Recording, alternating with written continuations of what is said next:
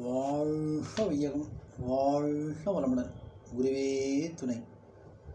மனிதகுல வாழ்வின் இனிமைக்கும் அமைதிக்கும் காயக்கல்பக்கலை உடல் மற்றும் மனநலனுக்கு முக்கிய பொருளான விந்துநாதங்களின் பெருமையையும் கற்பு நெறியின் மேன்மையினையும் மனிதகுலம் உணர வேண்டும்.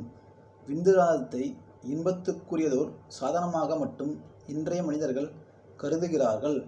நோயற்ற உடலுக்கும் தெளிந்த அறிவு மேன்மைக்கும் விந்துநாதம்தான் ஆதாரம். எனவே அவற்றை புனித பொருளாக கருதி அவற்றின் தூய்மையை பராமரித்து அவற்றுக்கு மேன்மையளிக்க வேண்டும். அதற்கு உதவுவதுதான் காயக்கல்பக்கலை. உடல்நலமும் மனவளமும் தான் வாழ்வில் வெற்றியையும் நிறைவையும் அளிக்கும்.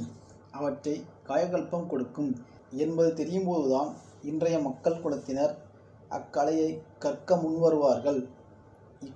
காயக்கல்ப கலையை கற்க வேண்டிய சரியான வயது உயர்நிலை பள்ளி மற்றும் கல்லூரி பருவம்தான்.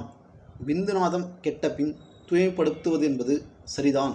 ஆனால் கெடா முன்னரே அவற்றின் மதிப்பு இளைஞர்களுக்கு தெரிவிக்கப்பட வேண்டும். இது வளர்ந்தவர்களாகிய நமது பொறுப்பாக உள்ளது. எந்த அளவுக்கு இளைஞர்கள் காயக்கல்பத்தின் மூலம் உடல் வளமும் அறிவு உயர்வும் பெறுகிறார்களோ அந்த அளவுக்குத்தான் எதிர்கால சமுதாயத்தில் இனிமையும் அமைதியும் நிலவ முடியும்.